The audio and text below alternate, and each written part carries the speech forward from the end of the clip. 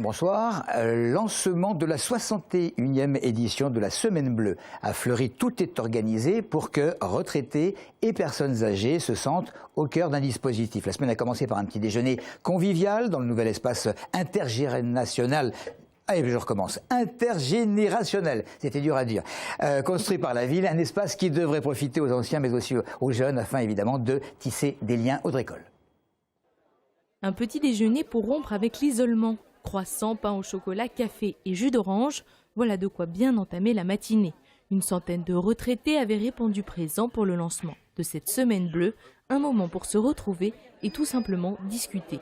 Ça leur apporte des moments de rencontre, des moments de convivialité, des moments où ils s'obligent un peu à sortir de chez eux, rompre l'isolement. C'est un rendez-vous annuel dans toutes les villes de France, mais à Fleury-Mérogis particulièrement, on prend soin d'inviter l'ensemble de nos retraités à participer aux manifestations. C'est la semaine où on en fait plus. On devrait toujours en faire plus, mais cette semaine-là, on en fait particulièrement plus. Une bonne occasion d'ouvrir l'espace intergénérationnel de 170 mètres carrés construit pour s'adapter aux plus âgés avec des normes haute qualité. Mais aussi un espace pour tisser des liens avec les plus jeunes et permettre une rencontre entre deux générations qui parfois se connaissent mal. Les jeunes sont passionnés par aussi le regard des anciens et l'époque qu'ils ont vécue. Eh bien, ça peut aussi fonctionner dans l'autre sens. Nous avons tous à apprendre des générations soit plus âgées, soit plus jeunes. De nombreuses activités sont prévues toute la semaine, cinéma, cabaret, jeux de société, restaurants, des rendez-vous qui continueront toute l'année avec ce nouvel espace, ateliers, loisirs, conférences pour que les plus jeunes et les anciens se retrouvent ensemble.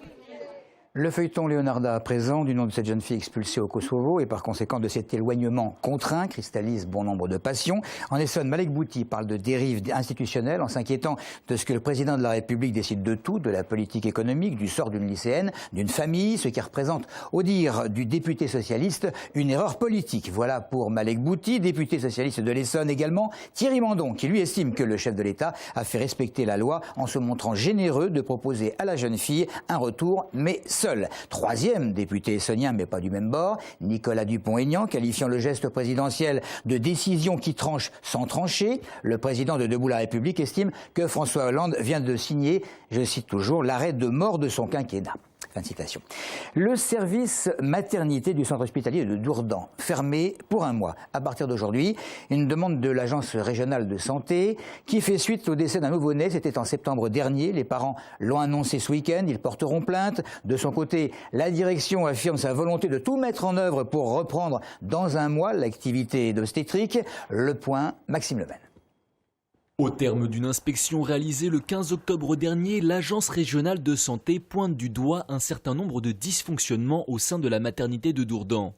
Au moment de sa visite, l'ARS note que le personnel souffre de problèmes d'organisation, certains locaux ne sont pas adaptés et des protocoles organisant la prise en charge des femmes sur le point d'accoucher ne sont pas effectifs. La direction du centre hospitalier Sud-Essonne, qui regroupe les sites de Dourdan et d'Étampes, affirme que selon une enquête interne, le fœtus était dans une situation médicale grave et que dans ce type de situation, le risque de décès est évalué entre 10 et 30%. Le bébé se présentait par le siège, la mère aurait selon elle demandé une césarienne qu'on n'a pas souhaité lui accorder. Elle l'a annoncé ce week-end, elle portera plainte. De son côté, la direction affirme sa compassion aux parents, mais renouvelle sa confiance en son équipe médico-soignante. Dans un communiqué, elle annonce que les effectifs soignants seront augmentés. Augmentation également des procédures de prise en charge de l'urgence des secteurs de naissance. Venons-en à la situation des stagiaires en entreprise. La question est de savoir s'il y a lieu ou non de mieux encadrer leur statut. Qu'ils soient plus encadrés, qu'ils soient mieux rémunérés me paraît indispensable. Le stagiaire, c'est un truc qui est beaucoup trop utilisé. En fait, au détriment des gens qui cherchent vraiment un taf. J'ai des amis qui se sont retrouvés dans des entreprises où il y avait 3 salariés et 20 stagiaires et qui tournaient que comme ça, ils tournaient avec des stagiaires. Les gens ont tendance à prendre des stagiaires au profit d'employés parce que c'est gratuit ou très peu cher. C'est vrai que des fois, on a tendance à trop se reposer sur les stagiaires, à profiter, à leur donner des tâches plutôt ingrates. Pour des choses, c'est un petit peu facile de ne pas les rémunérer. Un exemple très bête, moi je dois trouver un stage de 6 mois. À partir plus de 2 mois, c'est 40 jours ouvrés de travail, on est obligé d'avoir une gratification. Donc payer une misère, mais payer quand même.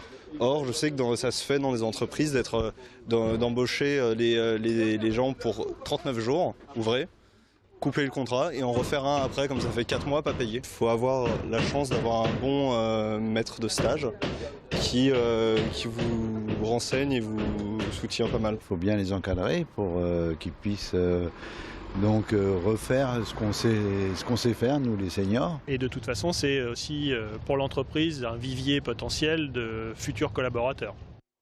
Rugby pour terminer, Massy recevait Nevers et devait se reprendre après la défaite surprise de Montluçon. Éric Coutard.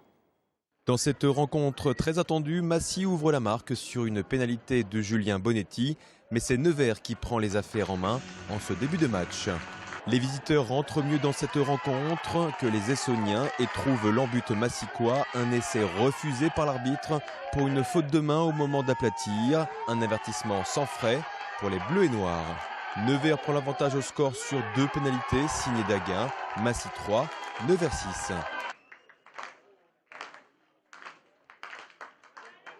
À 15 contre 14, Massy inscrit le premier essai du match grâce à Mike Tadjer. Le talonneur massicois est à la finition d'un mouvement collectif, plein de force et de maîtrise. Son 4e essai cette saison, un essai transformé par Julien Bonetti. Massy 10, Nevers 6, ce sera le score à la mi-temps.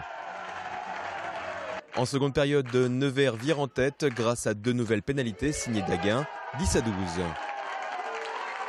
À la suite d'un mouvement d'arrière, Mani Vakaloa fait parler sa pointe de vitesse pour reprendre un ballon à suivre de Mendes. L'ailier fidjien inscrit un essai litigieux qui sera contesté par le staff et les joueurs de Nevers. Massy reprend les commandes, 15-12.